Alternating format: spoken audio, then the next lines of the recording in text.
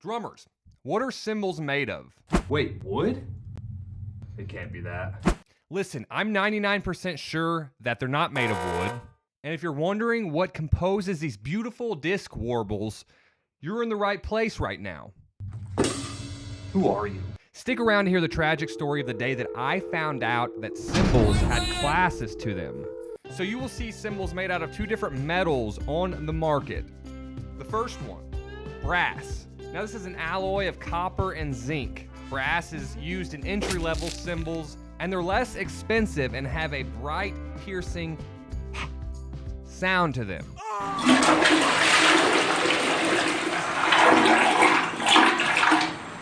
They are the cheapest by far, and they have a rather putrid sound to them, harsh. Do you like migraines? Actually, the tragic story that I have starts with brass.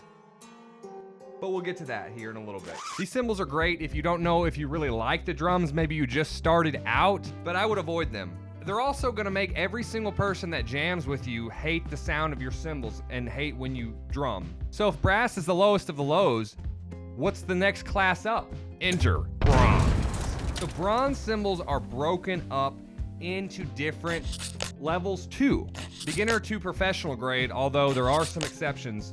More on those here in a little bit as well. And there are different bronze alloy mixtures that are adhered to across the board for cymbal manufacturers. Except Peisty, they can make a turd sound like a chime.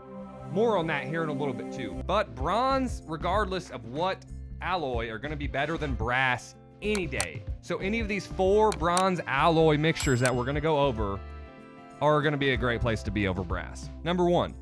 B8 bronze. So this B8 bronze has a 92% copper and an 8% tin mixture, making it more affordable than the other higher end bronze alloy cymbals. It's greatly used for beginner and entry level cymbals, and it produces a bright, focused, and very cutting sound. So if you really want your cymbals to be heard and to cut through the mix, B8 is gonna do it for you.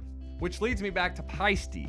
They have their own B8 mixture that they call CUSN8, and it's the same thing as B8, 92% copper, 8% tin.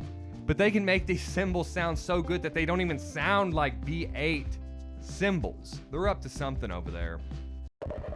I'm watching you, Peisty. Who, me? Number 2 and 3 we're gonna loop together, and that is B10 bronze and B12 bronze. B10 bronze is 90% copper and 10% tin. It's a bit more expensive than B8, and then we have B12 bronze, which is 88% copper and 12% tin, with many professionals actually using B10 and B12 as well. And really that number that comes after the B correlates with the percentage of tin that is in the cymbals or the mixture. Not a whole lot of companies use B10 and B12 mixtures, although Meinl is a company that you will see doing this a lot, and their cymbals sound phenomenal. And as that tin mixture increases and the copper mixture decreases in the alloy, we get the higher end cymbals, which leads me to number 4, butter. Oops. B20 bronze, the pinnacle, butter. This is the most popular and traditional alloy for high-end professional grade cymbals. It contains 80% copper and 20% tin, resulting in just the perfect, balanced, the warmest tone that you could get from any alloy mixture. This level of copper and tin, they were meant to be together forever.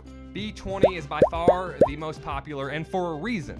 Different cymbal alloys exist, and drummers will levitate towards B8, B10, B12, B20, but it is undeniable that B20 is superior. Oh yeah, speaking of, my brass story that I was talking to you about earlier. Basically, I played a show and I had this janky brass crash cymbal.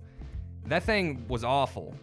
And someone commented about it, and it made me start listening in, and actually kind of hurt my feelings a little bit too. Not gonna lie, 17 years ago today, I think, to this very day. So it made me start listening in, and everyone's cymbals, as I started listening in, sounded more lively to me and more musical than mine. And I had a few bronze cymbals, but I had that brass crash cymbal that I received this comment about. That's really where I started diving more into bronze cymbal alloys and B20. Now there's so many more things that go into why a cymbal sounds the way it does. If you're interested in that and how size affects cymbals, go ahead and click the video that's popping up on the screen right now and check that out.